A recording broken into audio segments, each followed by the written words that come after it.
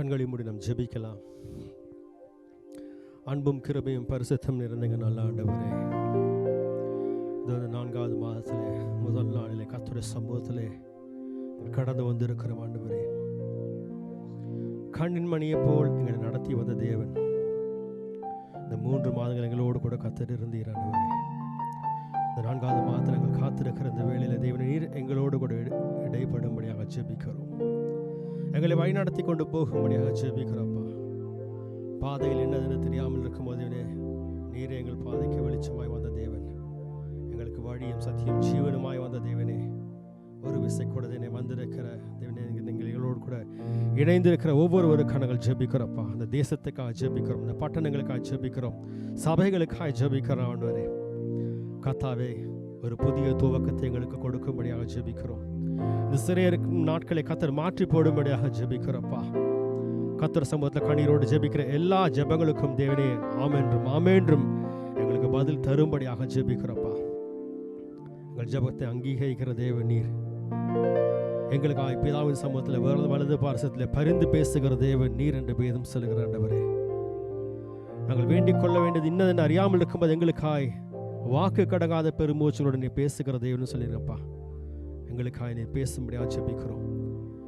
எல்லாவற்றையும் எங்களுக்கு அனுகூலப்படுத்தி கொடுக்கும்படியாக ஜெபிக்கிறப்பா. தேவன், இந்த தேசத்தை உடைய கருத்தில் ஒப்பு கொடுக்கிறோம். இந்த கொள்ளை நோய் எல்லாவற்றையும் கர்த்தர் மாற்றி போடுங்கப்பா. நீரே எங்கள் பரிகாரின்னு சொல்லுதப்பா. தேவனே, எங்கள் பரிகாரியாக இருக்கிற தேவனே, உம்மை நோக்கி நாங்கள் கூப்பிடுகிறோம். ஒரு நாமத்துக்கே மகிமை உண்டாவதாக. இந்த ஆராதனை வேலையை கர்த்தர் நீர் பொருட்படுத்தி நடத்தும்படியாக ஜெபிக்கிறப்பா. இந்த வேலையை கர்த்தாவை நீர் எல்லாவற்றையும் கர்த்தர் ஆளுகைக்கு ஒப்பு கொடுக்கிறோம். பரிசுத்தாவின் ஆளுகை தேவனே, ஆரம்பம் முதல் முடிவரை எங்களோடு கூட இருப்பதற்கு நன்றி செலுத்துகிறோம். எல்லாவற்றையும் கர்த்தர் தாழ்த்தி ஒப்பு கொடுக்கிறோம். துதி கன மகிமை எல்லாம் கர்த்தருக்கு ஏறெடுக்கிறோம். இயேசு மூலம் ஜெபிக்கிறோம் எங்கள் நல்ல தகப்பனே, ஆமென். புது வாழ்வு தந்தவரே, புது துவக்கம் தந்தவரே, நன்றி உமக்கு நன்றி. இந்த கரங்களை தட்டி கர்த்தரை ஆராதித்து பாடுவோம்.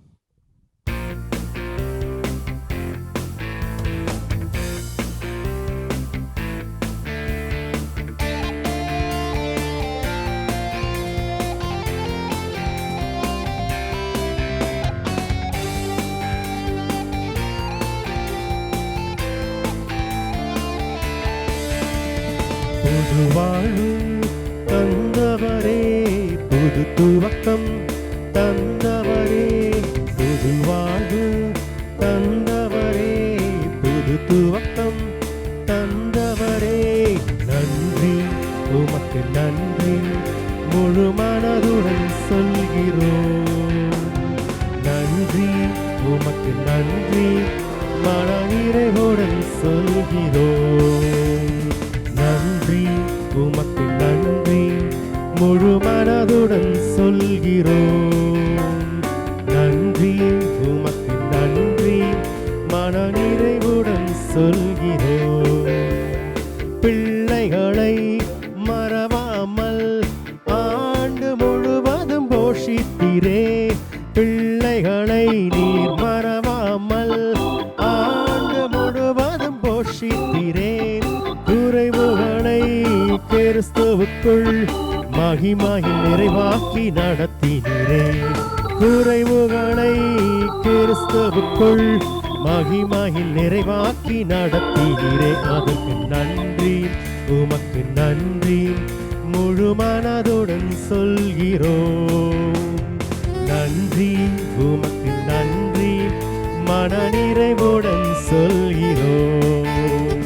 நன்றி உமக்கு நன்றி முழு மனதுடன் சொல்கிறோம். நன்றி உமக்கு நன்றி மன நிறைவுடன் சொல்கிறோம். முந்தினதை யோசிக்காமல் பூர்வமானதை சிந்திக்காமல், முந்தினதை யோசிக்காமல் பூர்வமானதை சிந்திக்காமல், புதியவைகள் தோன்ற செய்தீர், சாம்பலை சிங்காரம் ஆக்கிவிட்டீர். புதியவைகள் தோன்ற செய்தீர், சாம்பலை சிங்காரம் ஆக்கிவிட்டீர். அதற்கு நன்றி உமக்கு நன்றி முழு மனதுடன் சொல்கிறோம். நன்றி உமக்கு நன்றி மன நிறைவுடன் சொல்கிறோம். நன்றி உமக்கு நன்றி முழு மனதுடன் சொல்கிறோம். நன்றி உமக்கு நன்றி மன நிறைவுடன் சொல்கிறோம். கண்ணீருடன் விதைத்ததெல்லாம் கம்பீரத்தோடே அறுக்க செய்தீர்.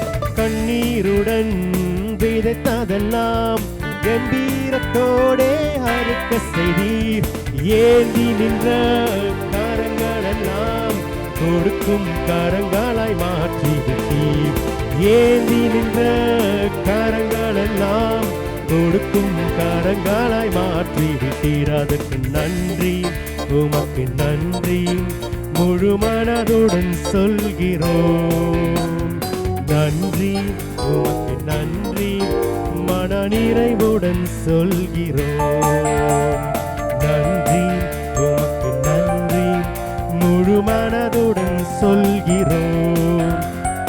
நன்றி உமக்கு நன்றி மன நிறைவுடன் சொல்கிறோம். புது வாழ்வு தந்தவரே, புது துவக்கம் தந்தவரே, புது வாழ்வு தந்தவரே, புது துவக்கம் தந்தவரே. நன்றி உமக்கு நன்றி முழு மனதுடன் சொல்கிறோம். நன்றி உமக்கு நன்றி மன நிறைவுடன் சொல்கிறோம். நன்றி உமக்கு நன்றி முழு மனதுடன் சொல்கிறோம்.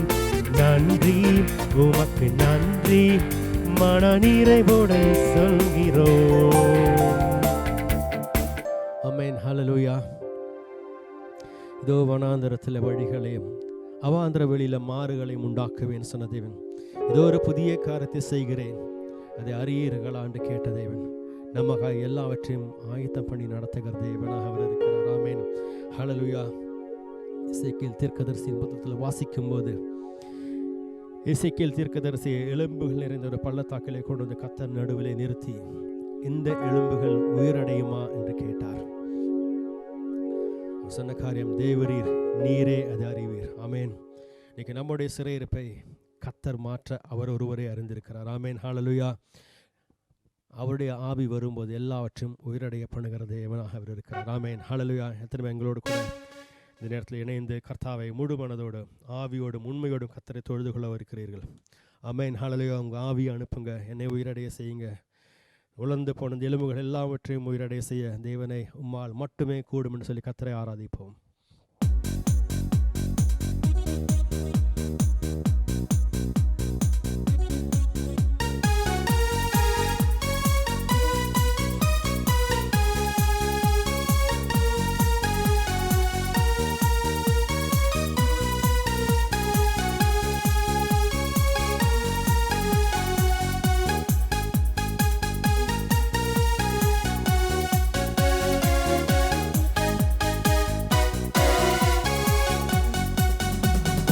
ஆவிய அனுப்புங்க, என்ன உயிரடைய செய்யுங்க. உலர்ந்த எலும்புகள் இந்த நாளில் உயிரடைய வேண்டுமே. உங்க ஆவிய அனுப்புங்க, என்ன உயிரடைய செய்யுங்க. உலர்ந்த எலும்புகள் இந்த நாளில் உயிரடைய வேண்டுமே. உயிரடைய வேண்டுமே, உயிரடைய வேண்டுமே, உயிரடைய வேண்டுமே, உயிரடைய வேண்டுமே. உயிர்த்தெழுந்த வல்லமை வேண்டுமே. உங்கள் உயிர்த்தெழுந்த வல்லமை வேண்டுமே. உங்க ஆவிய அனுப்புங்க, என்னை உயிரடைய செய்யுங்க. உலர்ந்த எலும்புகள் இந்த நாளில் உயிரடைய வேண்டுமே. உங்க ஆவிய அனுப்புங்க, என்னை உயிரடைய செய்யுங்க. உலர்ந்த எலும்புகள் இந்த உயிரடைய வேண்டுமே, உயிரடைய வேண்டுமே, உயிரடைய வேண்டுமே, உயிரடைய வேண்டுமே, உயிரடைய வேண்டுமே, உயிர்த்தெழுந்த வல்லமை வேண்டுமே, உந்தன் உயிர்த்தெழுந்த வல்லமை வேண்டுமே. பாதாள கட்டுகள் உடையட்டுமே, பார்வோனின் வல்லமை அழியட்டுமே, பாதாள கட்டுகள் உடையட்டுமே, பார்வோனின் வல்லமை அழியட்டுமே. உமக்காக நாங்கள் ஓடிட உயிரடைய வேண்டுமே, உமக்காக நாங்கள் ஓடிட உயிரடைய வேண்டுமே, உயிரடைய வேண்டுமே, உயிரடைய வேண்டுமே, உயிரடைய வேண்டுமே, உயிரடைய வேண்டுமே, உயிர்த்தெழுந்த வல்லமை வேண்டுமே, உந்தன் உயிர்த்தெழுந்த வல்லமை வேண்டுமே. உங்க ஆவிய அனுப்புங்க, என்னை உயிரடைய செய்யுங்க, உலர்ந்த எலும்புகள் இந்த நாளில் உயிரடைய வேண்டுமே. உங்க ஆவிய அனுப்புங்க, என்னை உயிரடைய செய்யுங்க, உலர்ந்த எலும்புகள் இந்த நாளில் உயிரடைய வேண்டுமே, உயிரடைய வேண்டுமே, நாங்கள் உயிரடைய வேண்டுமே, உயிரடைய வேண்டுமே, உயிரடைய வேண்டுமே, உயிர்த்தெழுந்த வல்லமை வேண்டுமே, உந்தன் உயிர்த்தெழுந்த வல்லமை வேண்டுமே. கவலையின் கட்டுகள் உடையட்டுமே, சந்தோஷத்தாலே நிரப்பிடுமே, கவலையின் கட்டுகள் உடையட்டுமே, சந்தோஷத்தாலே நிரப்பிடுமே. என் இரவுகளெல்லாம் துதி நேரமாய் உயிரடைய வேண்டுமே, என் இரவுகளெல்லாம் துதி நேரமாய் உயிரடைய வேண்டுமே, உயிரடைய வேண்டுமே, உயிரடைய வேண்டுமே, உயிரடைய வேண்டுமே, உயிரடைய வேண்டுமே, உயிர்த்தெழுந்த வல்லமை வேண்டுமே, உந்தன் உயிர்த்தெழுந்த வல்லமை வேண்டுமே. உங்க ஆவிய அனுப்புங்க, என்னை உயிரடைய செய்யுங்க, உலர்ந்த எலும்புகள் இந்த நாளில் உயிரடைய வேண்டுமே.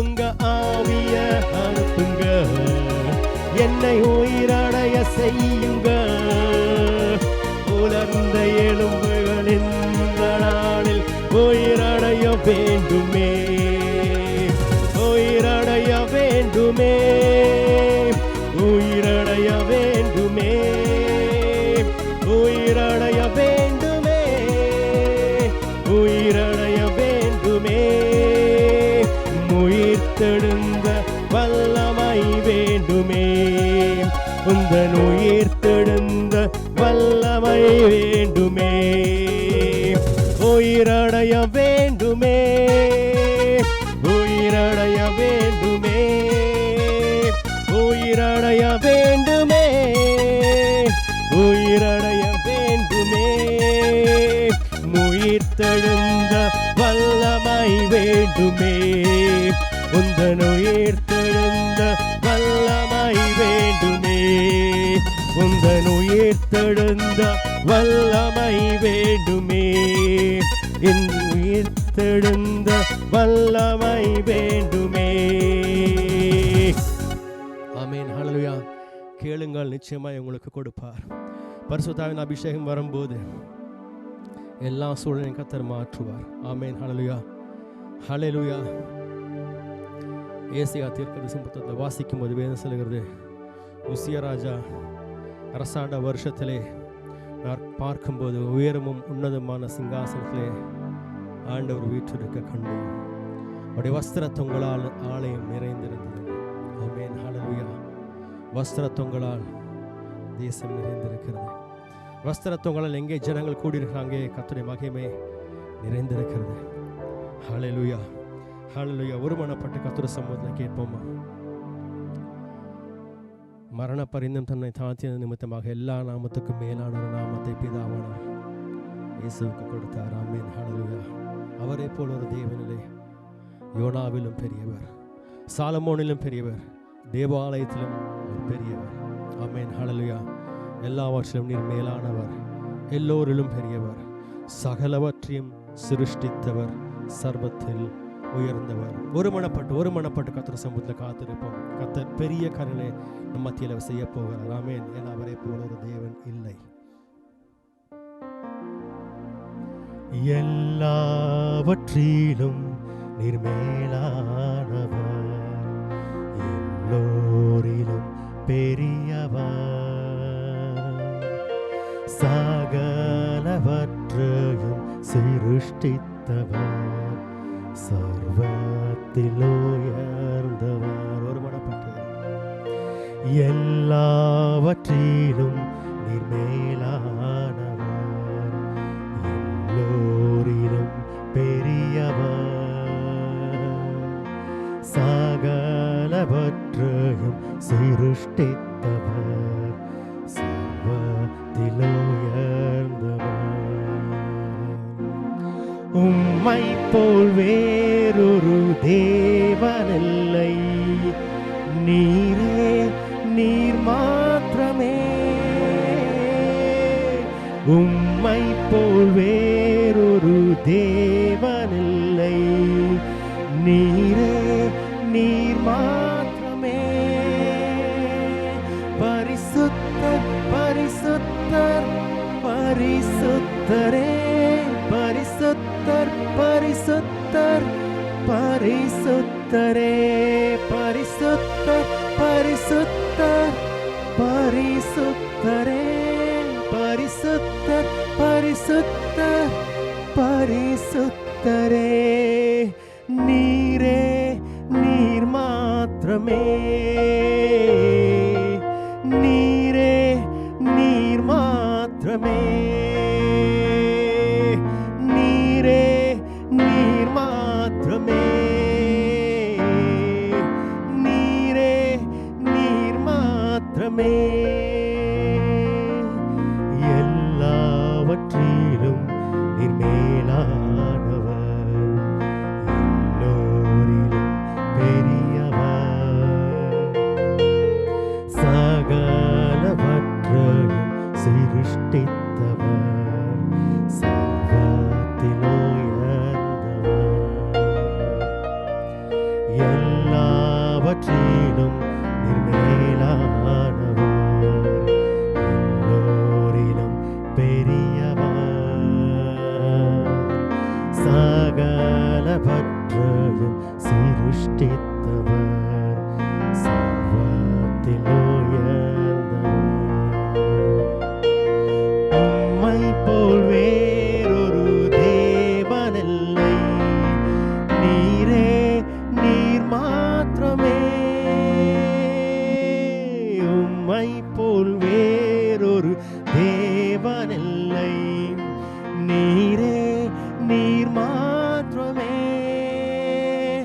பரிசுத்தர் பரிசுத்தர் பரிசுத்தரே, பரிசுத்தர் பரிசுத்தர் பரிசுத்தரே, பரிசுத்தர் பரிசுத்தர் பரிசுத்தரே, பரிசுத்தர் பரிசுத்தர் பரிசுத்தரே. நீரே நீர் மாத்திரமே, நீரே நீர் மாத்திரமே, நீரே நீர் மாத்திரமே, நீரே நீர் மாத்திரமே, நீரே நீர் மாத்திரமே.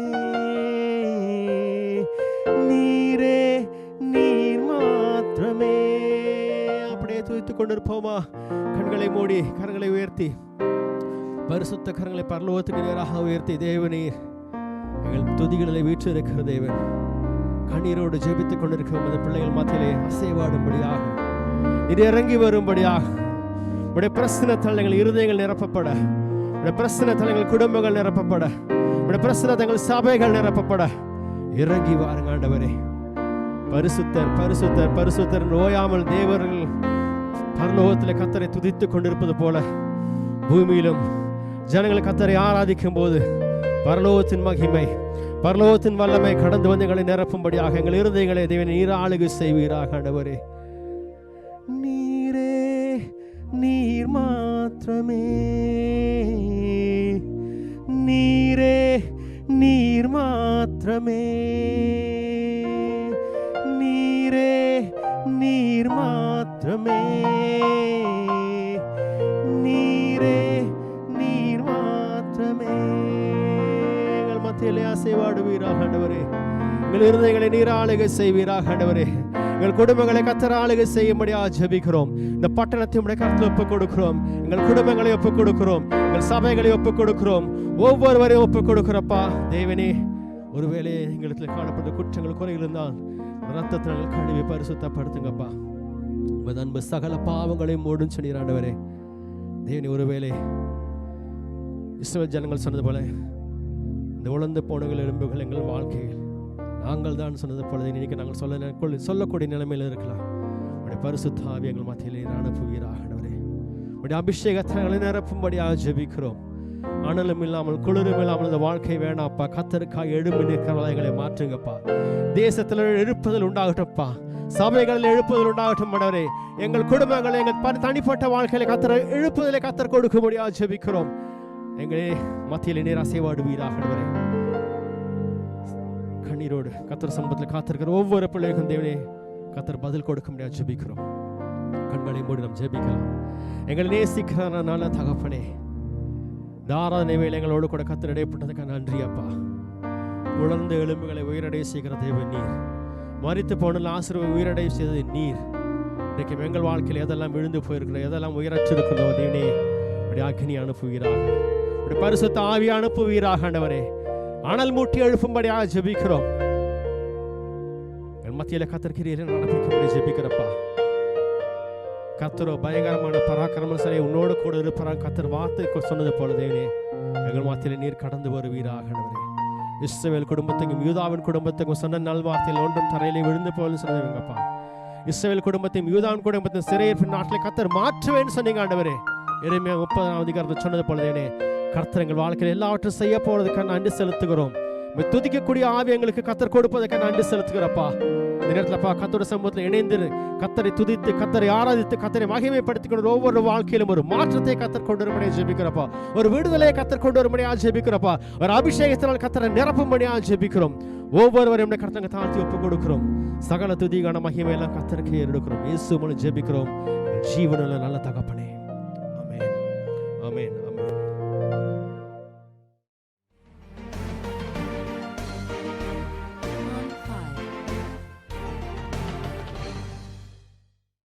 ஹல்லேலூயா. ஆண்டவரும் இரட்சகருமாகிய இயேசு கிறிஸ்துவின் இனிய நாமத்தினாலே உங்களை அன்புடன் வாழ்த்துகிறேன். இந்த ஏப்ரல் மாதம் வாக்குத்தத்த ஆராதனைக்காக காத்திருக்கிற உங்கள் ஒவ்வொருவரையும் கர்த்தர் ஆசீர்வதிப்பாராக. இந்த நேரத்திலையும் கூட நாம் தேவனுடைய வார்த்தையை வாக்குத்தத்தத்தை நாம் பார்ப்போம். 2 சாமுவேலின் புஸ்தகம் 7ஆம் அதிகாரம் 15, 16 ஆகிய வசனங்கள் உங்களுக்கு முன்பாக நான் வைக்க விரும்புகிறேன். உனக்கு முன்பாக நான் தள்ளிவிட்ட சவுலினிடத்திலிருந்து என் கிருபையை விலக்கினது போல அவனை விட்டு விலக்க மாட்டேன். உன் வீடும் உன் ராஜ்யமும் என்றென்றைக்கும் உனக்கு முன்பாக ஸ்திரப்பட்டிருக்கும். உன் ராஜாசனம் என்றைக்கும் நிலை பெற்றிருக்கும் என்கிறார் என்று சொன்னார். ஆம் அருமையானவர்களே, தாவீதுக்கு ஒரு அற்புதமான ஒரு வாக்குத்தத்தத்தை ஏற்ற வேளையிலே ஆண்டவர் நாத்தான் தீர்க்கதரிசியின் மூலமாய் கொடுத்து அவனை ஆசீர்வதிக்கிறதை குறித்து பார்க்கிறோம். உன் வீடும் உன் ராஜ்யமும் என்றைக்கும் உனக்கு முன்பாக ஸ்திரப்பட்டிருக்கும். உன் ராஜாசனம் என்றைக்கும் நிலை பெற்றிருக்கும் என்கிறார் என்றார். தேவன் அவனுடைய ராஜ்யத்தை குறித்து, அவன் வீட்டை குறித்து, அவனுடைய எல்லைகளை குறித்து ஒரு சமாதான எல்லைகளாக மாற்றி கொடுப்பேன் என்று மிகப்பெரிய ஒரு வாக்குத்தத்தத்தை கொடுக்கிறார். காரணம் என்ன? ஏன் இந்த சூழ்நிலைகளை கர்த்தர் இந்த இடத்துல பேசியிருக்கிறார் என்பதை குறித்து கர்த்தர் இந்த நேரத்தில் உங்கள் மத்தியில் அதை கொடுக்க வேண்டும் என்று வைத்ததினாலும், இந்த உடன்படிக்கையை பற்றி எடுத்துக்கொண்டு வந்தபோது தேவனுடைய ஆசீர்வாதம் அவனுக்கு கொடுக்கப்பட்டதை குறித்து கர்த்தரினோடு கூட பேசி இந்த காரியங்களை குறித்து உங்களுக்கு வாக்குத்தத்தமாய் கொடுக்க சொன்னார். ஏற்கனவே நாம் ஆராதனை வேளை ஞாயிற்றுக்கிழமையில பார்த்தோம். தேவனுடைய கோபம் கடந்து வந்தபோது தேவனுடைய ஆவியானவருடைய விடுதலையின் வல்லமையை கூட்டி கொடுக்கிறதற்கு நாம் தேவ சமூகத்தில் இருக்க வேண்டிய காரியங்களை நினைவுபடுத்தினது மாத்திரமல்லாமல், கர்த்தர் அந்த நாட்களிலே அவர்கள் ஆசரிப்பின் நாட்களை சரியாய் கவனமாய் செய்ய வேண்டிய ஒரு நிலையை கொண்டு போய் யோசியாவின் ராஜாவின் மூலமாக ஒரு சரியான பஸ்காவை ஆசரிக்கக்கூடிய நிலைகளை காண்பித்தார். கிட்டத்தட்ட அதனுடைய ஒரு முக்கியமான காரியத்தை இந்த இடத்துல பார்க்கக்கூடிய ஒரு நிலைமைக்குத்தான், அதே தொடர்ச்சியை போல ஒரு நிலைக்குத்தான் கர்த்தர் இந்த நாளிலும் நம்மை தியானிக்க வைத்திருக்கிறார் என்பதை குறித்து நாம் பார்க்க முடியும். ஏனென்றால் வேதம் இந்த இடத்துல சொல்லுகிறது, தாவீதுக்கு கர்த்தர் ஒரு அற்புதமான ஒரு வாக்குத்தத்தத்தை கொடுக்கிறதற்காக திட்டம் வைத்து உன் வீடையும் உன்னுடைய எல்லைகள் முழுவதும் உன் ராஜ்யம் முழுவதுமாக நான் ஸ்திரப்பட்டு நிற்கிறதற்கும் நிலை நிற்க பண்ணும்படிக்கும் உன் சந்ததிகளுடைய ஆசீர்வாதங்கள் இருக்கும்படிக்கும் நான் கிரியை செய்வேன் என்று சொல்லுகிறார். அந்த வாக்குத்தத்தம் பார்த்தவுடனே தாவீது மிக அற்புதமாக அந்த இடத்துல தேவனுடைய சமூகத்திலே சரணடைந்து தாழ்த்தி ஒப்பு கொடுக்கிறதை பார்க்கிறோம். ஏனென்றால் தான் அதற்கு ஒன்றுமில்லை என்பதையும் எம்மாத்திரம் என்பதையும் ஆண்டுடைய சமூகத்தில் வைக்கிறேன் என மிகப்பெரிய ஒரு காரியம் அதற்கு முன்பு நடந்திருக்கிறதை நாம் பார்க்கிறோம். எனக்கு அருமையானவர்களே, ஒரு குறிப்பிட்ட நாட்கள் வரைக்கும் கர்த்தருடைய உடன்படிக்கை பெட்டி பெலிஸ்தியரின் கைகளில் சிக்கிக் கொண்டிருந்தது.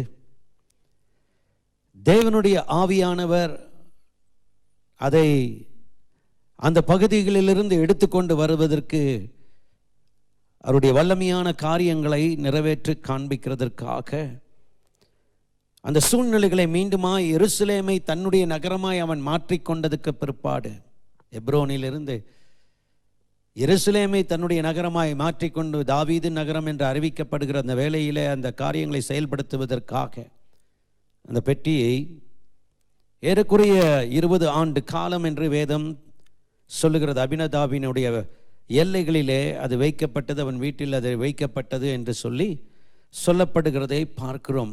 கேரித் யாரீமில் அந்த உடன்படிக்கை பெட்டியானது வைக்கப்பட்டிருந்ததாம்.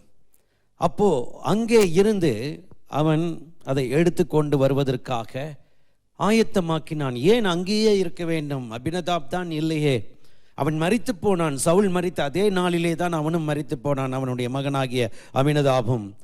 ஆகையாலே இந்த எல்லைகளிலே ஏன் இன்னும் அங்கே இருக்க வேண்டும்?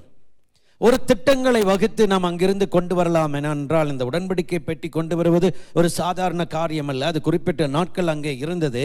இப்பொழுது தன்னுடைய நகரமாகிய எருசலேமுக்கு அதை கொண்டு வருவதற்கு ஒரு ஆயத்தம் வேண்டுமானால், நாம் தேவ சித்தத்தின்படி தேவனுடைய உடன்படிக்கைக்காக அவருக்காகத்தான் அவருடைய காரியமாகத்தான் நான் இதை செய்கிறேன் என்று சொல்லி உடன்படிக்கை பெட்டியை ஆயத்தப்படுத்துகிறான்.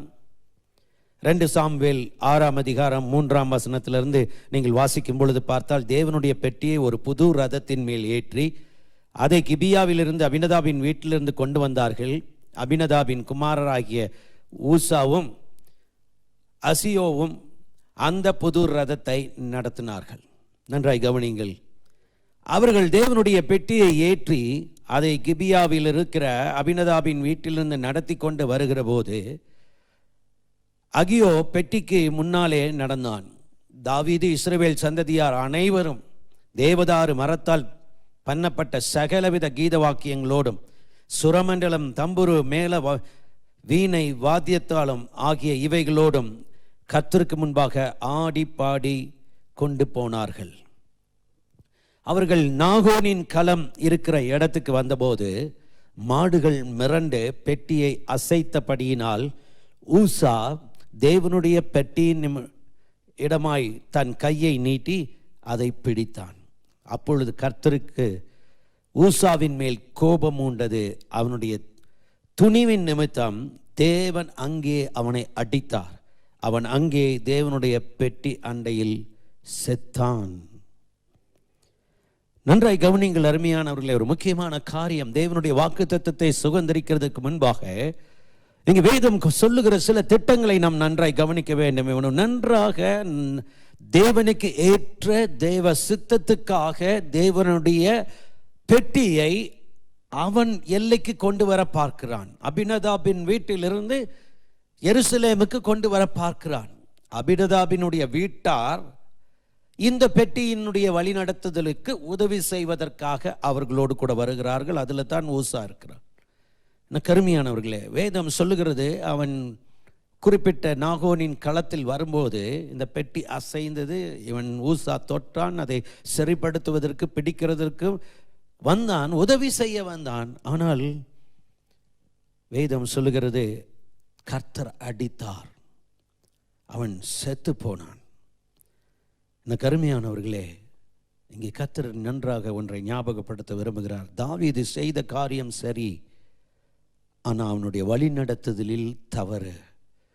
தேவன் அதை திட்டமாய் அந்த இடத்துல காண்பிக்கிறதை குறித்து நாம் பார்க்கிறோம். நாம் தேவ தீர்மானமாய் தேவ சித்தத்தின்படி நாம் செய்யும் போது கர்த்தருடைய ஆசீர்வாதம் இருக்கு. தேவ திட்டம்தான் மனுஷ பிரகாரமாய் செய்தால் அதில் எவ்வளவு ஆபத்து இருக்கிறது என்பதை கர்த்தர் சுட்டி காண்பிக்க விரும்புகிறார்.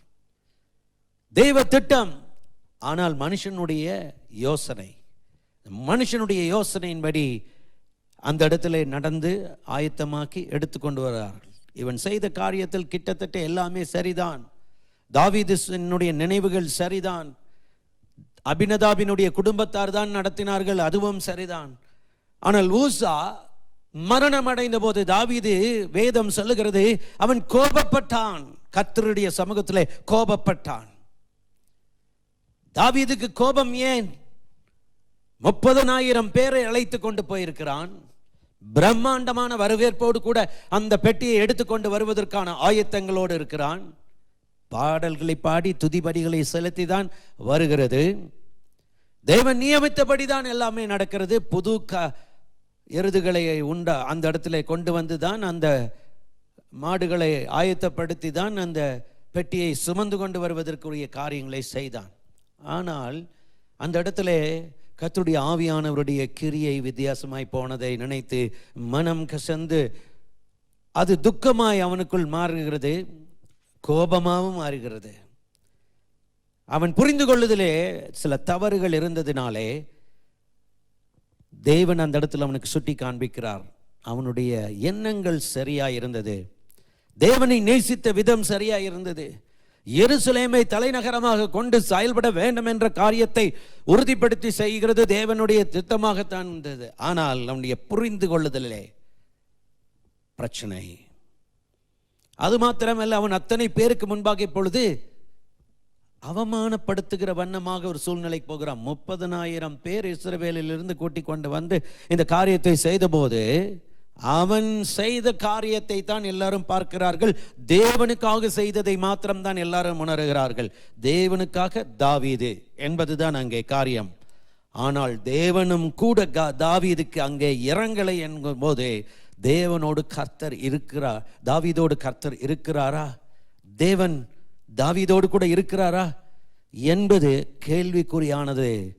இது 2 காரியம் அவனை துக்கப்படுத்தினது, கோபப்படுத்தினது என்பதை குறித்து பார்க்கிறோம். ஏனென்றால் கருமையானவர்களை, கர்த்தருடைய ஆவியானுடைய சித்தத்தின்படி தான் காரியங்கள் நடக்கிறது. ஆனால் அதனுடைய முறை தவறாய் இருந்தாலும் கூட பாதிப்பு இருக்கிறது. ஏனென்றால் நீங்கள் நன்றாக இதை ஆராய்ந்து பார்ப்பீர்களே, ஆனால் தாவீது அந்த உடன்படிக்கை பெட்டியை எடுத்துக்கொண்டு வருகிற விதம், அவன் கடைபிடித்த காரியம் பெலிஸ்தியர்கள் செய்தது போல செய்தான். பெலிஸ்தியர்கள் அவர்களுடைய பட்டணங்களுக்குள்ளே முன்பு இருக்கிற காரியங்களை நீங்கள் நன்றாய் ஆராய்ந்து பார்ப்பீர்களே, ஆனால் வேதம் சொல்லுகிறது, அவர்கள் பெலிஸ்தியர்கள் எல்லாம் எப்படிப்பட்ட காரியங்களை செய்தார்கள்? தேவனுடைய பார்வையிலே அவர்கள் ஏற்றபடி செய்வதற்கு தங்களை ஒப்பு கொடுக்காதவர்கள், தேவனுடைய ஆவியானவருடைய வல்லமையை உண்மையாய் உணராதவர்களாக இருந்தார்கள். அதுதான் பார்க்க முடிகிறது. ஏனென்றால் அதில் வேதம் திட்டவட்டமாகவே சொல்லுகிறது, அங்கே அவர்களுடைய காரியங்களிலே உண்மையாய் உணர்ந்து கொள்ள முடியாதபடிக்கு அவர்கள் போய்விட்டார்கள். 1 சாமுவேல் புஸ்தகத்திலே நீங்கள் வாசித்து பார்த்தால் கூட, பெலிஸ்தியர்கள் தங்களுடைய பட்டணத்துக்கு இந்த பெட்டியை பிடித்து கொண்டு போன போது, அவைகள் எடுத்துக்கொண்டு போனார்கள். கர்த்தர் சும்மா விடவில்லை அவர்களை. பெட்டியை அவர்கள் ஆசரிப்பு கூடாரத்தை உடைத்து போட்டு, சீலாவாவில் இருக்கிற அந்த கூடாரம் முறிக்கப்பட்டு போய் தங்களுடைய பெட்டியை அவர்கள் இழந்து போக வேண்டிய சூழ்நிலை வந்தது. ஏனென்றால் இஸ்ரவேலர்கள் நினைத்தார்கள், கர்த்தருடைய உடன்படிக்கை பெட்டி இருந்தால் நாம் ஜெயித்து விடலாம் என்று சொல்லி இந்த பெட்டியை கொண்டு போய் அங்கே வைக்கிறார்கள். கடைசியில் பார்த்தால் இஸ்ரவேலர்கள் தோற்று போகிறார். பெட்டி பிடிபட்டு போனது. பெட்டியை எடுத்துக்கொண்டு போன, உடன்படிக்கை பெட்டியை எடுத்துக்கொண்டு போன பெலிஸ்தியர்கள் அந்தந்த பட்டணத்துக்குள்ள நகர்த்தும் போது அந்த பட்டணம் முழுவதும் வாதையாய் மாறினது. அவர்களுக்கு மூல வியாதியினாலே கர்த்தர் அவர்களை வாதித்தார். ஒருவனும் நிம்மதியாய் இருக்க முடியாதபடிக்கு அவர்களுக்கு வாதை புறப்பட்டு வந்தது. பெட்டி ஆங்காங்கு போகிறது, வாதை. தாகோனின் இடத்துல கொண்டு போய் வைக்கிறான், தலை துண்டிக்கப்பட்டு போகிறது. கர்த்தர் அந்த இடத்துல விடலை. இவர்கள் பார்த்தார்கள், குறி சொல்லுகிறவர்களுக்கு அஞ்சனம் பார்க்கிறவர்கள் எல்லாம் கூட்டி கொண்டு வந்து எப்படி என்ன செய்ய வேண்டும் என்று சொன்னால் அவர்களும் ஒரு பொல்லாத ஆலோசனை கொடுக்கிறார்கள். அது எப்படிப்பட்ட வியாதி வந்ததோ அந்த வியாதியின்படியே ஒரு உருவத்தை செய்து வைத்து, சுண்டலிகளை செய்து வைத்து, இப்படியாக கர்த்தருக்கு படைத்து பார்க்கலாம், அது வாதை நிறுத்தப்படுமா என்று சொல்லியெல்லாம் யோசித்து கடைசியில் பெத்ஷாமேஷ்க்கு கொண்டு போகலாம் என்று திட்டம் போடுகிறார். ஏன்னா அதுதான் பெலிஸ்தியனுடைய அருகாமையில் இருக்கக்கூடிய பட்டணம். அப்பொழுது அந்த இடத்துல கொண்டு வந்து வைத்து விடலுக்காக அவர்கள் ஆயத்தப்படுத்தும் போது புது எருதுகளை எடுத்துக்கொண்டு வந்து அவைகளின் மேலே ஒரு காரியங்களை ஒழுங்குபடுத்தி உடன்படிக்கை பெட்டியை தூக்கிய வண்டிகளாக ஏற்படுத்தி கொண்டு வருகிறார்கள். கர்த்தர் அந்த வேலையிலே எதையும் செய்யவில்லை. நன்றாய் கவனிங்க, கர்த்தர் எதையும் செய்யவில்லை. அவர்கள் காரணம் அது இஸ்ரவேலுக்குள் வருகிறது. இஸ்ரவேலுக்குள் வருகிறது. பெத்ஷாமேஷ் மக்கள் அந்த இடத்தில் இருக்கிறார்கள். அவர்கள் மத்தியில் அது கொண்டு வந்து வருகிறது. பெத்ஷாமேஷ் மக்கள் எல்லாருமே லேவியர்கள். நன்றாய் அறிந்து கொள்ள வேண்டும். வேதம் திட்டமாய் சொல்லுகிறது, உடன்படிக்கை பெட்டியை எடுத்துக்கொண்டு போக தகுதி உள்ளவர்கள் லேவி கூட்டத்தில் உள்ள ஆசாரியர்கள் மாத்திரம். அவர்களுக்குத்தான் தேவன் இந்த காரியங்களை எடுத்துக்கொண்டு சுத்திகரித்து தங்களை ஆயத்தப்படுத்தி எடுத்துக்கொள்ள போகிற உரிமையை கொடுத்திருக்கிறார். அவர்கள் இருக்கிற இடமாக்கிய பெத்ஷாமேஷ் பட்டணத்துக்குள் கொண்டு வந்து வைக்கிறார்கள். அமைதியாக இருக்கிறது. ஆனால் பெத்ஷாமேஷ் மக்கள் என்ன செய்தார்கள்? எல்லாரும் வந்து பெட்டிக்குள் என்ன இருக்கிறது என்று பார்த்தார்கள். வாதை மறுபடியும் புறப்பட்டது. 50,000 பேர் செத்து போகிறார்கள். அப்பொழுது பார்த்தா இந்த பெட்டி இந்த இடத்தில் இருப்பது நல்லதல்ல என்பதனாலே தான் கேரித் யாரீம் என்று சொல்லப்படுகிற இடமாகிய லேவி கூட்டத்தார் வம்சமாக வசிக்கக்கூடிய ஒரு இடம் அங்கே முன்குறிக்கப்படுகிறது. அந்த இடத்துல கொண்டு போகலாம் என்று அங்கே வைத்தார்கள். அப்படித்தான் வந்தது அபினதாவினுடைய வீட்டில். எனக்கு அருமையானவர்களே, அபினதாபினுடைய வீட்டுக்கு அந்த இடத்துல கர்த்தர் கொண்டு வருவதற்கு சித்தம் வைத்திருக்கிறார். தேவ ஆவியானவர் அந்த இடத்துல காரியங்களை அவர்களுக்கு கிருபையாக இறங்கினார் என்று பார்க்கிறோம். அப்படி இருக்கிற இந்த சூழ்நிலைகளில் தேவ ஆவியானவருடைய காரியம் அவர்களுக்கு தெளிவுபடுத்தப்படுகிறது. ஏன்னா அது லேவி கூட்டத்தார் ஆலயத்தின் காரியங்களை விசாரிக்க கூடியவர்களாக இருக்கிற ஒரு கூட்டத்தின் மக்கள் என்று சொல்லி இருக்கிற அந்த பட்டணம், அந்த ஏரியா, உன்னுடைய அங்கே இருக்கிற அத்தனை ஆத்துமாக்கள், அப்படிப்பட்ட இடத்துல கர்த்தர் கொண்டு வந்து வைக்கிறார். அப்போ ஒரு சீராக ஒரு சில காரியங்களை தேவன் எதிர்பார்த்திருக்கிறார் என்று வேதம் திட்டவட்டமாய் சொல்லுகிறது. தேவனுடைய ஆவியானவர் அதை நமக்கு முன்பாக காண்பிக்கிறார். அது தேவனை நாம் பின்பற்றாமல், ஆராதனை செய்யாமல், அவருக்கு பணியாமல் தீமை செய்கிற எல்லா ஜனங்கள் இருந்ததுனாலே தேவன் சில சூழ்நிலைகளை அதை பொறுப்பாய் எடுத்து கவனிக்கக்கூடியவர்களை கர்த்தர் இந்த இடத்துல ஆயத்தப்படுத்துகிறார். எரேமியா 25:6 தான் சொல்லும், அந்நிய தேவர்களை பின்பற்றாமலும் அவைகளுக்கு ஆராதனை செய்யாமலும் அவர்களுக்கு பணியாமலும் இருந்து நான் உங்களுக்கு தீமை செய்யாதபடிக்கு உங்கள் கைகளில் செய்கைகள் எனக்கு கோபம் உண்டாக்காமலும் இருங்கள் என்று சொல்லி அனுப்பினேன். கைகளின் செய்கைகளினாலே கோபம் உண்டாக்காமல், ஆண்டவரை கோபப்படுத்தினால் அது நிச்சயமாக அவர்களுக்கு பாதகமாகத்தான் மாறப்போகிறது. அதில் தப்புவித்துக் கொள்ள முடியாத சூழ்நிலைகளை தான் கர்த்தர் அந்த இடத்துல காண்பிக்கிறார். எனக்கு அருமையான தேவ ஜனமே, இன்றைக்கு கர்த்தருடைய ஆவியானவர் அதை திட்டம் தெளிவுமாக காண்பிக்கிறார். அதுதான் பிரச்சனை, அதுதான் இந்த இடத்துல உள்ள சூழ்நிலைகள். அதுக்கு பிற்பாடு ஒரு அமைதி காணப்பட்டது. ஆனால் இப்போ யோசிக்கிறான், இவன் செய்த காரியத்தில் அதே போலத்தான் பெலிஸ்தியர் பின்பற்றின காரியத்தின்படிதான் இவர்களும் பின்பற்றினார்கள். என்னதான் லேவி கூட்டத்தின் மத்தியில இருக்கிற அபினதாபினுடைய குடும்பம் இருந்தாலும், அபினதாவுக்கு பிற்பாடு தேவன் அவங்க கூட்டத்தில் அவருடைய வம்சத்தில் இருக்கிறவர்களை கூட கர்த்தர் அங்கே தொடுகிறதற்கு அனுமதி கொடுக்கல. காரணம் என்ன? அவர்கள் தேவனுடைய கற்பனைகளின்படி நடக்கிறதற்கு மறந்து போனவர்களாக இருக்கிறதுனால தான் தேவன் அதை அவர்களுக்கு விசாரணைக்குள்ளே கொண்டு வந்திருக்கிறார் என்பதை நாம் பார்க்க முடிகிறோம். எனக்கு அருமையானவர்களே, அவர்கள் கர்த்தருடைய சமூகத்திலே அந்த விசாரணையிலே கொண்டு வந்து நிறுத்தப்பட்டார்கள். நீங்கள் வாசித்து பார்க்கும் பொழுது என்னாகம புஸ்தகத்தில் திட்டமாய் சொல்லப்படுகிறது.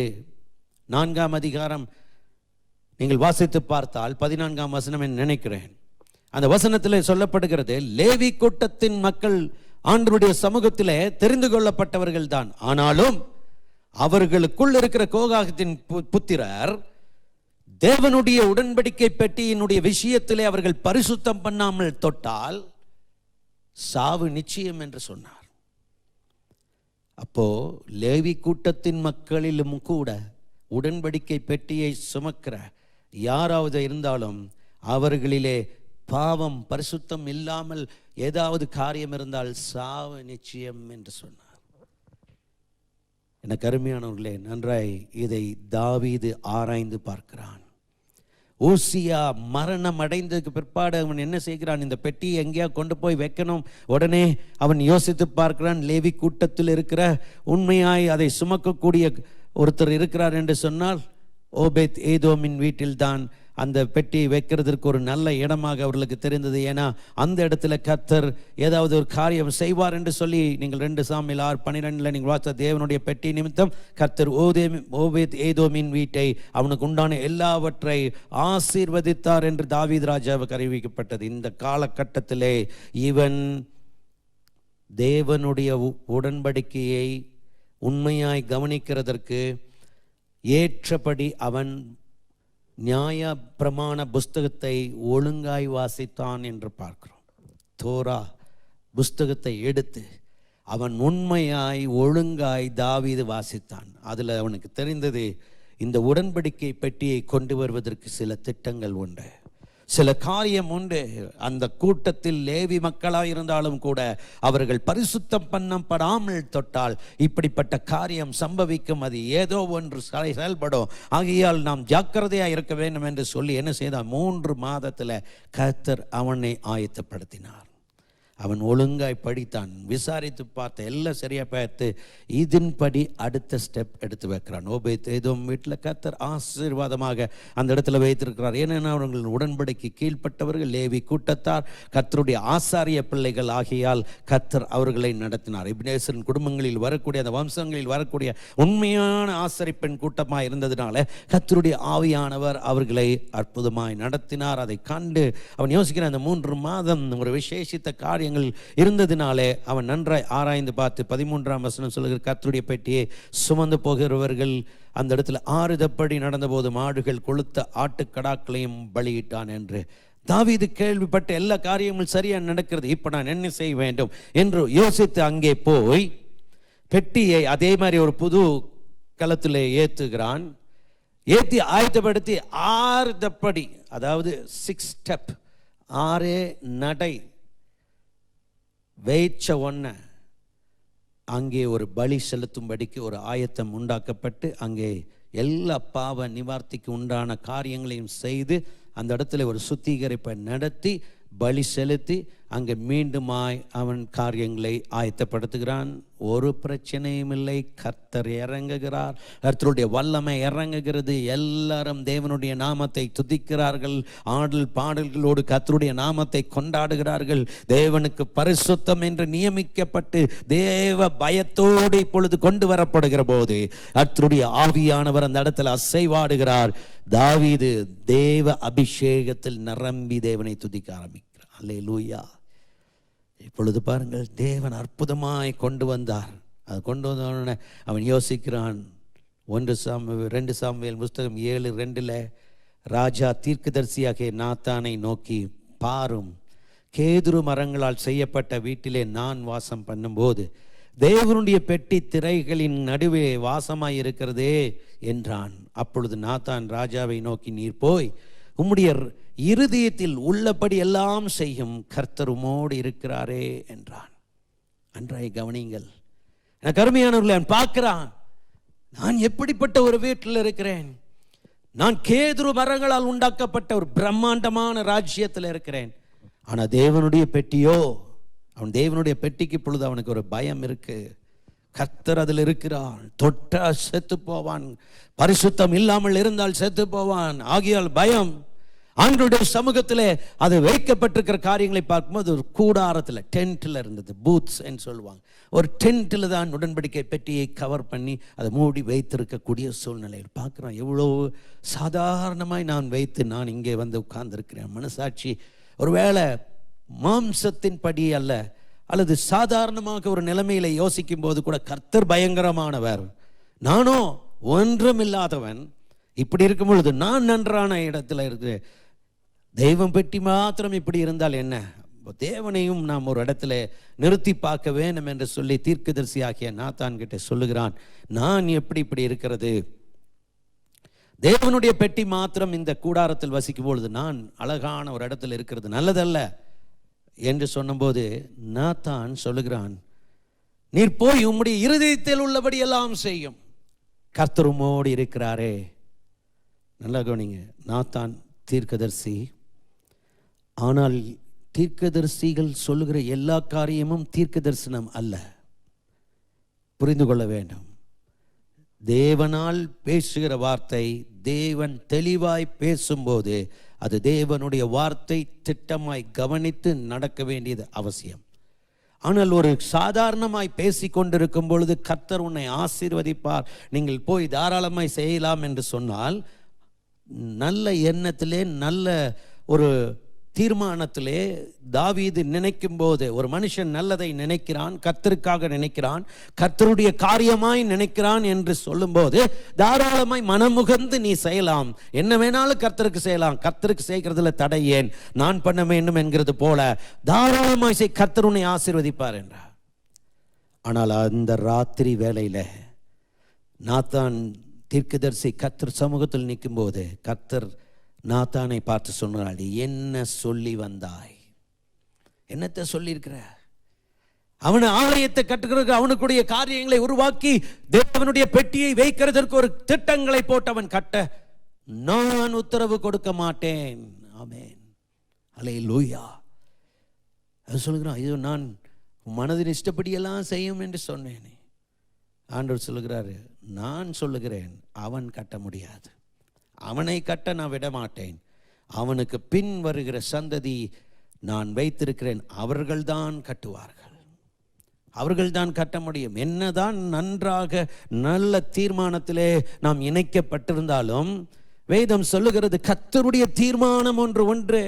2 சாமுவேல் 7:4-11 வரைக்கும் நீங்கள் வாசித்து பாருங்கள். ராத்திரியில கர்த்தர் அவனோடு கூட பேசி, நீ போய் சொல்லு, நான் வாசமாயிருக்கிற ஆலயத்தை நீ எனக்கு கட்டுவாயா, நீ எனக்கு கட்டுவாயோ? நான் கட்ட வேண்டும் நினைத்திருந்தா எப்பவோ கட்டியிருக்கிறாங்களே. சீலோவாவில் இருக்கும் போது அது பிடித்து கொண்டு போகாதபடிக்கு அங்கேயே கட்ட வைத்திருந்திருக்கலாமே. யாரை வைத்தும் கட்ட வைத்திருக்கலாமே. சாமுவேலை வைத்து கட்டி வைத்திருக்கலாம், ஏலியை வைத்து கட்டி இருந்திருக்கலாம். ஆண்டவருக்கு ஆள் இல்லை. ஆண்டவர் ஆள் இல்லாம தான் ஒரு ஆளை தேடிக்கொண்டிருக்கிறாரா? தேவனுடைய திட்டங்களுக்கு தேவன் தான் நிர்ணயிக்க வேண்டும், நாம் நிர்ணயிக்க முடியாது. நான் ஆலயை கட்டுவேன், நான் ஆலயத்தை கட்டி கர்த்தரை உட்கார வைப்பேன். நான் ஆலயத்தை கட்டி கர்த்தரை உட்கார வைக்க முடியாது. ஆண்டவரை ஒரு இடத்துல நாம இருக்க வைக்க முடியாது. கர்த்தருடைய ஆவியானவர் தங்குகிறதுக்கு நம்மிடத்தில் அவர் வாசஸ்தலத்தை எதிர்பார்த்து வருகிறார். நாம் ஆயத்தமாக இருந்தால் அவர் வாசஸ்தலம் உருவாக்குவார். அல்லேலூயா. அதுதான் வேதம் சொல்லுகிறது, நீங்கள் ஆயத்தமாக இருங்க, என் வாசஸ்தலத்தை உங்களிடத்தில் வைப்பேன். ஆமென், அல்லேலூயா.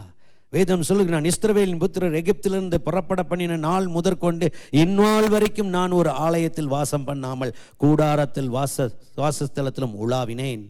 நான் இஸ்ரவேலாகிய என் ஜனத்தை மேய்க்கும்படிக்கு கட்டளையிட்ட இஸ்ரவேல் கோத்திரங்கள் ஒரு கோத்திரத்தையாவது நோக்கி, நீங்கள் எனக்கு கேதுரு மரத்தில் செய்யப்பட்ட ஆலயத்தை கட்டாதிருக்கிறது என்ன என்று நான் இஸ்ரவேல் புத்திரரில் உலாவி வந்த எவ்விடத்திலும் யாதொரு வார்த்தையும் சொன்னது உண்டோ? அல்லேலூயா. அவர் நினைச்சிருந்த லட்சக்கணக்கான மக்கள் வந்ததில் ஒருத்தனை தெரிஞ்சு அவனை கொண்டு கட்ட வேண்டும் என்று சொல்லி இருந்திருக்கலாமே. ஆண்டவர் அப்படி சொல்லவில்லையே. யோசுவாவை காட்டிலும் பெரிய ஆட்களாக இங்கே இருக்கிறவர்கள் ஒருவனும் கிடையாது. யோசுவாவினிடத்திலேயே கர்த்தர் சொல்லவில்லையே. ஆண்டவருடைய ஆவியானவர் இந்த இடத்துல எந்த காரியத்தையும் செய்யவில்லை. சேனைகள் கர்த்தர் சொல்லுகிறது என்றவென்றால் 8ஆம் வசனம் சொல்லுது, நீ இஸ்ரவேல் என்கிற என் ஜனங்களுக்கு அதிபதியாக இருக்கும்படி ஆடுகளின் பின்னே நடந்த நான் உன்னை ஆட்டு மந்தையை விட்டு எடுத்து நீ போன எவ்விடத்திலும் உன்னோடு இருந்து உன் சத்துருக்களை எல்லாம் உனக்கு முன்பாக நிர்மூலமாக்கி பூமியில் இருக்கிற பெரியோர்களின் நாமத்துக்கு ஒத்த பெரிய நாமத்தை உனக்கு உண்டாக்கினேன். நான் என் ஜனமாக்கிய இஸ்ரவேலுக்கு ஒரு இடத்தை ஏற்படுத்தி அவர்கள் தங்கள் ஸ்தானத்தில் குடியிருக்கும்.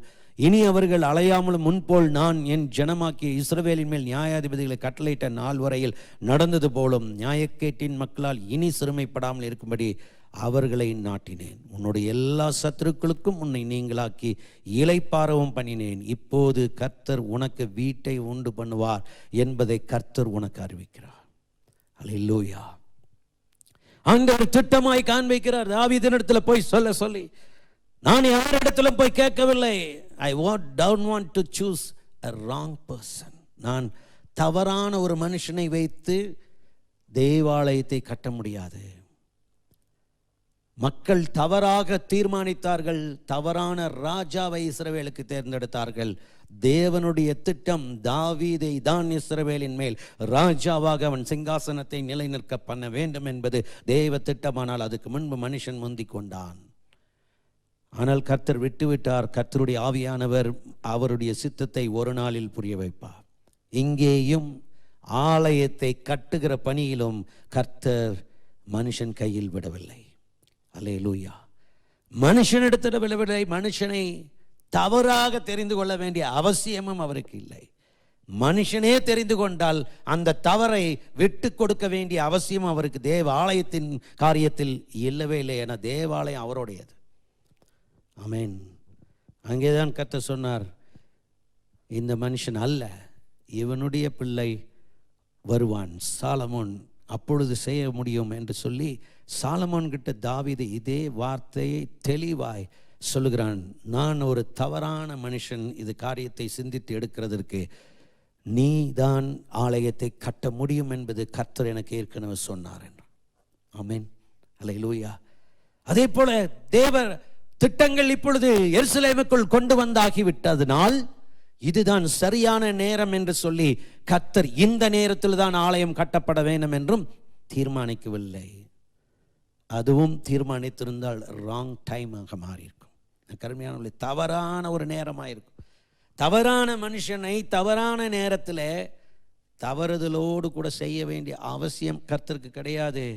அதை ஆரம்பிக்க வேண்டிய அவசியம் கர்த்தருக்கு கிடையாது. ஏனென்றால் தேவனுடைய ஆவியானவர் அப்படி சொல்லல. அவர் தான் சொல்லுகிறார், ராஜ்யத்தின் புத்திரரில் ஏராளமாயின் பேர் இருந்தாங்க, யாரையும் நான் வைத்து அவர்களை கொண்டு நான் கட்டவில்லை, யாரையும் நான் தூண்டிவிட்டு செய்ய வேண்டிய அவசியம் இல்லை. என்னுடைய தரிசனத்தை ஏற்ற நேரத்தில் ஏற்ற மனுஷனோடு ஏற்ற உணர்வோடு செயல்படுத்துவது தான் தேவ திட்டம். ஆமென். அப்படி செஞ்சாதான் வீடும் ராஜ்யமும் ராஜ்யாசனமும் நிலை நிற்கும். ஆமென். இந்த கருமையானவர்களே, கர்த்தர் அதைத்தான் காண்பித்தார். தாவீது புரிந்து கொண்டான். நான் என்ன செய்கிறது, எனக்கு வீடு கட்டுவேன் சொல்லுகிறாரே, என் மனதில் நன்றாக நல்ல காரியம் இருக்கிறது, தேவனுக்கு செயலாற்ற வேண்டிய காரியம் இருக்கு, தேவனுக்கு எது பிடிக்குமோ அதை செய்வதற்குரிய மனது இருக்கிறது, நான் ஆண்டவருக்காக நிற்க வேண்டும் என்று எண்ணம் கொள்ளுகிறேன். சரி, ஆண்டவர் சொல்ல, என்னுடைய காரியமாக நீ இவ்வளவு யோசிக்கிறது சரிதான், அதற்கு நான் உனக்கு வெகுமதி என்ன வைத்திருக்கேன், உன் வீடை கட்டுவேன். என் மனதில் நீ நினைச்சிட்டே இல்லை, அதுக்கே நான் உன் வீடை கட்டுறேன். அல்லேலூயா.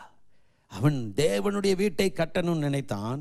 கர்த்தர் அவனுக்கு வைத்த வெகுமதி, ஆண்டவர் அவன் வீட்டை கட்டுவேன் என்றார். அவன் ராஜ்யம் நிலை நிற்கும், ஒருத்தரும் தொட முடியாத தாவீதை கர்த்தருடைய ஆவியானவர் அவனுக்கு மிகப்பெரிய கிருபையை கொடுக்கிறார். ஏன்னா அவனுடைய நினைவுகள் சரி, ஆனால் எந்த நேரத்தில் செய்யணுமோ அது கர்த்தர் கையில் இருக்கு. அது வரைக்கும் அந்த கூடாரத்தில் தான் இருக்கணும். அதுதான் கூடாரத்தில் இருந்துச்சு. அந்த கூடாரம் இருந்ததினாலே, ஒரு சரியான வாசஸ்தலமாக அதை சரிப்படுத்தி வைக்காததினாலே அதனுடைய ஒழுங்குகள் செயலாற்ற முடியாதபடிக்கு இருந்தது. இதைத்தான் பிற்பாடு பின் நாட்களிலே சாலமோன் அதை உருவாக்கின போது அந்த முறையை ஆயத்தப்படுத்தினான். எனக்கு அருமையான தேவ ஜனமே, எனக்கு கர்த்தருடைய ஆவியானவர் அதைத்தான் சொல்லி காண்பிக்கிறார். இன்றைக்கு கர்த்தருடைய கரத்திலே நாம் விட்டுக் கொடுப்போம். தேவ ராஜ்யத்துக்கான ஆயத்தம், சிந்தை இருக்க வேண்டும், நல்ல எண்ணம், உணர்வு, ஆண்டவருக்காக எழும்பி நிற்க வேண்டும் என்ற காரியம் தேவனுடைய சித்தத்தின் செயல்பாட்டுக்குள்ளே, நம் ஆண்டவருடைய நோக்கத்துக்குள்ளே நாம் இருந்தால், வேதம் சொல்லுகிறது, நான் உன்னை ஆசீர்வதிப்பேன். அல்லேலூயா.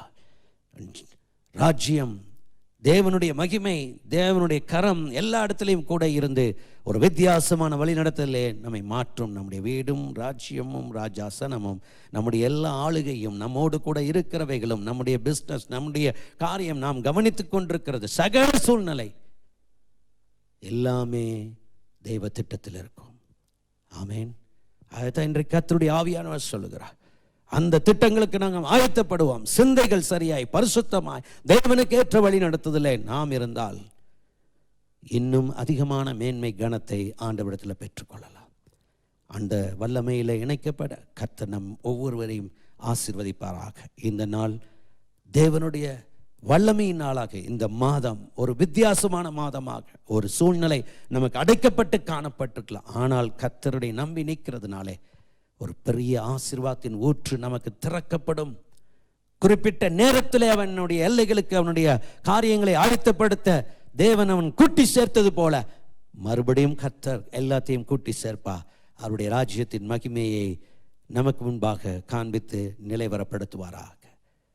அவனுடைய கருத்தில் ஒப்பு கொடுப்போமா? கண்களை மூடி ஜெபிப்போம். நன்றி பரிசுத்த ஆவியானவரே, நன்றியோடு துதிக்கிறோம். ஒவ்வொருவரும் இந்த நேரத்தில் கேட்டுக்கொண்டிருக்கிறதை அறிகிறீர் ஆண்டவரே. இயேசு கிறிஸ்துவின் நாமத்தில் ஒரு வல்லமையான காரியம் நடப்பதாக என்று சொல்லி ஜெபி. இயேசுவின் நாமத்தில் எல்லா சத்துருவினுடைய கிரியைகள், தந்திரங்கள், மந்திரங்கள், உருவாக்கப்பட்ட ஆயுதங்கள் முறிக்கப்பட்டு போகட்டும். பிசாசு வைத்த கிரியை வெட்கப்பட்டு போகத்தக்கதாக தேவன் கிருபை செய்க. இந்த வாதை பொல்லாப்பு இயேசு கிறிஸ்துவின் நாமத்தினாலே நிறுத்தப்பட்டு தேவனை அறியக்கூடிய அறிவிலே எங்களை கூட்டி சேர்த்த கர்த்தர், இன்னும் நாங்கள் கர்த்தரை கனப்படுத்துகிற விதத்திலே புரிந்து படித்து தெளிவாய் கனப்படுத்தும் போது எங்களுடைய எல்லைகளிலே எந்த மரண ஓலங்களும் எந்த கிரியைகளும் வாதைகளும் வராமல் கர்த்தர் பாதுகாத்து எங்களை நித்திய வழியிலே நடத்துவீராக. உங்களுடைய சமாதான உடன்படிக்கைக்குள்ள எல்லாரையும் நீர் கொண்டு போவதற்காக நன்றி செலுத்தி, சபையின் மக்கள் கேட்டுக்கொண்டிருக்கிற ஒவ்வொருவரும் தேவன் உம்முடைய அற்புதமான ஆசீர்வாத வல்லமையிலே நீ நடத்தும்படிக்கு உம்முடைய பரிசுத்த கரத்தில் எங்களை தாழ்த்தி ஒப்புக் கொடுக்கிறோம். நன்மையினால் திருப்தியாக்கும் ஆசீர்வாதி. துதிகன மகிமை யாவும் உமக்கே செலுத்துகிறோம். இயேசுவின் நாமத்தில் கேட்கிறோம் நல்ல பிதாவே. ஆமேன், ஆமேன். கர்த்தர் உங்களை ஆசீர்வதிப்பாராக. தேவனுடைய கரத்திலே நாம் பூர்ணமாய் விட்டு கொடுத்திருப்போம். நிலையான ஒரு அஸ்திபாரம் நமக்கென்று அவர் ஆயத்தப்படுத்தி கொடுப்பார். எல்லாரும் சேர்ந்து சொல்லுவோமா? என் ஆத்துமாவே கர்த்தரை ஸ்தோத்திரி, என் முழு உள்ளமே அவருடைய பரிசுத்த நாமத்தை ஸ்தோத்திரி. என் ஆத்துமாவே கர்த்தரை ஸ்தோத்திரி, கர்த்தர் செய்த சகல உபகாரங்களையும் ஒரு நாளும் மறவாது. நம்முடைய ஆண்டவராகிய இயேசு கிறிஸ்துவின் கிருபையும் பிதாவாகிய தேவனுடைய அன்பும் பரிசுத்த ஆவியானுடைய அந்யோன்ய ஐக்கியமும் சமாதானம் அனைவரோடும் இன்றும் என்றும் சதா காலமும் தங்கியிருப்பதாக. ஆமேன், ஆமேன். ஹல்லேலூயா. கர்த்தர் உங்களை ஆசீர்வதிப்பாராக.